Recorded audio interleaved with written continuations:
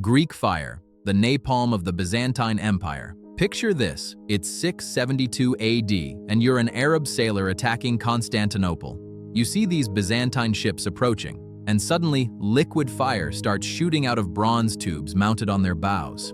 But here's the kicker, this fire doesn't go out when it hits water. In fact, it burns on the water. Your ships are now floating infernos, and there's absolutely nothing you can do about it. This was Greek fire, and the Byzantines guarded its formula more carefully than nuclear codes today. We're talking about a weapon so secretive that even now, over 1,000 years later, historians still debate its exact composition. What we do know is that it likely contained petroleum, naphtha, quicklime, and sulfur. The quicklime would react violently with water, making the fire spread even faster when you tried to extinguish it. The psychological impact was devastating. Imagine being a soldier and watching your friends burn alive in a fire that water can't put out. The Byzantines used this weapon to repel 2 massive Arab sieges of Constantinople, and it's one of the main reasons the Byzantine Empire survived as long as it did. Without Greek fire, Europe might look very, very different today. The longbow, England's medieval superweapon. Now, you might be thinking, a bow? Really? But hear me out, because the English longbow was basically the machine gun of medieval warfare. At the Battle of Crécy in 1346, around 7,000 English longbowmen absolutely decimated a French army of 30,000. And this wasn't a one-time thing. They did it again at Poitiers in 1356, and then again at Agincourt in 1415. These weren't close victories. They were massacres. Here's why the longbow was so deadly. It was made from a single piece of yew wood, usually around 6 feet tall, and it required a pull strength of 100 to 185 pounds. For context, modern compound bows max out at around 70 pounds. English archers trained from childhood, and their skeletons show the physical deformities caused by decades of drawing these massive bows. Enlarged left arms, twisted spines, bone spurs. But the payoff was incredible. A skilled longbowman could shoot 10 to 12 arrows per minute with an effective range of 250 yards. The arrows could penetrate armor at close range, and the sheer volume of arrows created what contemporaries described as a cloud that blocked out the sun. At Agincourt, English archers may have loosed over 70,000 arrows per minute at their peak. The French knights, weighed down by armor and trudging through mud, were sitting ducks. The longbow kept England relevant as a military power for over 200 years and fundamentally changed how wars were fought in Europe. The Maxim gun, the first true machine gun, fast forward to 1884.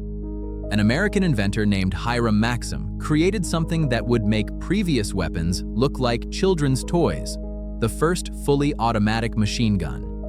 Before the Maxim gun, the best rapid-fire weapons were hand-cranked Gatling guns that could fire maybe 200 rounds per minute. The Maxim gun, it could fire 600 rounds per minute, and it was fully automatic. You just held down the trigger. It used the recoil energy from each shot to eject the spent cartridge and load the next one. The impact was immediate and horrifying. At the Battle of the Shangani in 1893, 50 British soldiers with 4 Maxim guns fought off 5,000 Ndebele warriors, killing over 1,500 while suffering almost no casualties themselves. At the Battle of Omdurman in Sudan in 1898, British forces killed 10,000 Sudanese fighters in just 5 hours, while losing only 47 men. Winston Churchill, who was there, later wrote that it wasn't a battle. It was an execution. But the true horror of the Maxim gun revealed itself in World War I. This weapon is why that war became a grinding stalemate of trench warfare. Soldiers would climb out of trenches and charge machine gun nests only to be mowed down in their thousands. On the first day of the Battle of the Somme alone, the British suffered 57,000 casualties, most from machine gun fire. By the end of the war, machine guns had contributed to over 8 million military deaths. The Maxim gun and its descendants fundamentally changed warfare, making frontal assaults suicidal and ushering in an era of industrialized killing. Mustard gas, chemical warfare's cruelest weapon. If you want to talk about pure, concentrated evil in weapon form, mustard gas is it. Introduced by Germany in 1917 during World War I, this chemical weapon didn't just kill, it tortured. Mustard gas is a blistering agent. When it contacts your skin, it causes massive chemical burns and blisters. But the real horror happens when you breathe it in. It strips the mucous membranes from your respiratory tract, essentially drowning you in your own bodily fluids. And here's the truly diabolical part. It doesn't work immediately. Exposure often takes 4 to 6 hours before symptoms appear, meaning soldiers didn't know they'd been gassed until it was too late. The suffering was unimaginable. Survivors described burning sensations, temporary blindness, vomiting, and blisters covering their entire bodies. Many who survived were permanently disabled, suffering from chronic respiratory problems and heightened cancer risks for the rest of their lives. During World War I, chemical weapons caused over 1.3 million casualties, with mustard gas accounting for the majority. But the death toll is actually misleading. The real impact was the permanent maiming and psychological trauma inflicted on hundreds of thousands of soldiers. The use of mustard gas was so horrifying that it led to the Geneva Protocol of 1925, which banned chemical weapons. That's how you know something is truly terrible, when even the people using it agree it needs to be banned. The T-34 tank, Stalin's steel fist. Let me tell you about the tank that won World War II in Europe. When Germany invaded the Soviet Union in 1941, they were expecting to face obsolete equipment. Instead, they encountered the T-34, and it absolutely terrified them. The T-34 was revolutionary for 3 reasons: sloped armor, a powerful 76mm gun, later upgraded to 85mm, and exceptional mobility. The sloped armor was genius. By angling the armor plates, the Soviets effectively doubled their thickness without adding weight. German tank shells would literally bounce off. German General Paul Ludwig Ewald von Kleist called it the finest tank in the world. And Panzer Commander Friedrich von Mellenthin wrote that the T-34 was the best example of an offensive weapon in World War II. Coming from the Germans, who prided themselves on their armored divisions, this was high praise. But here's what made the T-34 truly deadly. The Soviets built 84,000 of them. 84,000. For context, Germany built about 6,000 Panther tanks and 1,300 Tigers during the entire war. The Soviets could lose 10 T-34s for every German tank and still come out ahead.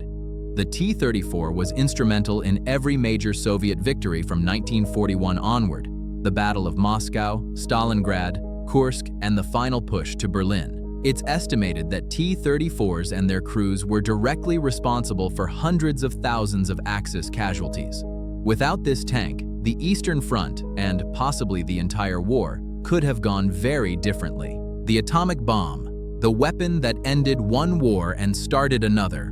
August 6, 1945, 8:15 a.m., Hiroshima, Japan. A single B-29 bomber named Enola Gay drops a single bomb nicknamed Little Boy. 43 seconds later, 80,000 people are dead. 3 days later, another atomic bomb, Fat Man, destroys Nagasaki, killing another 40,000 instantly. By the end of 1945, the death toll from both bombings would reach 210,000 when you include radiation sickness and injuries.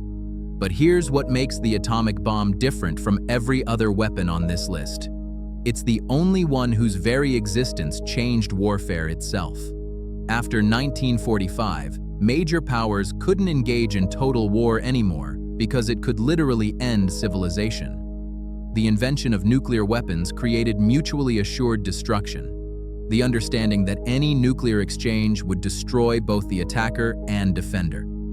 The destructive power is almost incomprehensible. Little Boy, the Hiroshima bomb, had a yield of 15 kilotons, equivalent to 15,000 tons of TNT. Modern nuclear weapons? They're measured in megatons. The largest ever tested, the Soviet Tsar Bomba in 1961, had a yield of 50 megatons. That's 3,300 times more powerful than Little Boy. Today, 9 countries possess approximately 12,500 nuclear warheads. If even a fraction of these were used, the resulting nuclear winter could end human civilization. We're literally one bad decision away from extinction. The atomic bomb hasn't killed as many people as gunpowder or machine guns, but it's deadlier in a different way.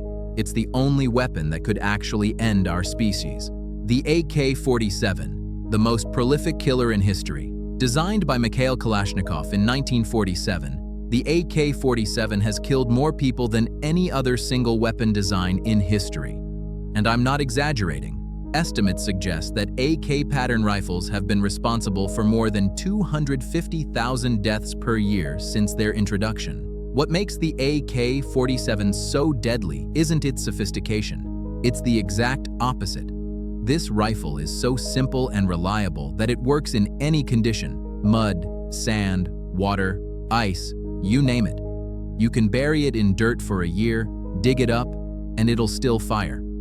There are AK-47s still in use today that were manufactured in the 1950s.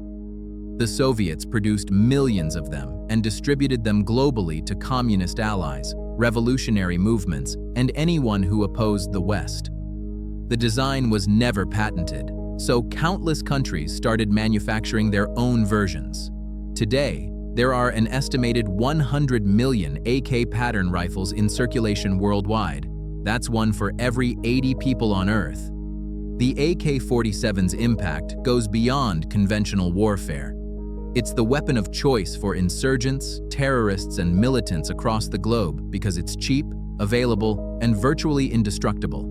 It's appeared in every major conflict since the 1950s: Vietnam, Afghanistan, Iraq, Syria, countless African civil wars, and literally hundreds of other conflicts.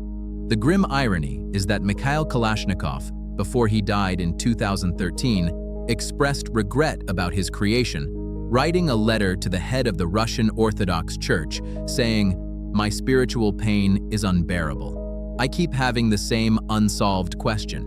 If my rifle claimed people's lives, then can it be that I, a Christian and an Orthodox believer, was to blame for their deaths?" The Predator drone, warfare's new face. Welcome to modern warfare, where a pilot sitting in Nevada can kill someone on the other side of the planet with the push of a button. The MQ-1 Predator and its successor, the MQ-9 Reaper, have fundamentally changed how wars are fought. First deployed in combat in 2001, these unmanned aerial vehicles can loiter over a target area for over 24 hours, gathering intelligence and striking with Hellfire missiles when the moment is right. Here's what makes drones uniquely deadly: precision and persistence. Unlike manned aircraft, drones can wait. They can watch a target for days or weeks, learning patterns, identifying associates, and striking at the perfect moment to minimize collateral damage, or maximize it, depending on the objective. Since 2004, the US has conducted over 14,000 drone strikes, primarily in Pakistan, Afghanistan, Yemen, and Somalia. The Bureau of Investigative Journalism estimates these strikes have killed between 8,000 and 12,000 people, including 900 to 2,200 civilians. But the real impact of drone warfare is psychological and strategic. Militant leaders can't meet in person, can't travel freely, can't plan openly, because there might be a drone overhead that they can't see or hear. The constant threat creates paranoia and disrupts operations more effectively than conventional military force ever could. Drones also change the political calculus of war. When there's no risk to your own soldiers, the threshold for using military force drops dramatically. Why negotiate when you can just drone strike the problem? Over 100 countries now have military drones and dozens have armed versions. We're entering an era where autonomous weapon systems might make kill decisions without human input. The Predator drone isn't just a weapon. It's a glimpse of warfare's future, and that future is terrifying.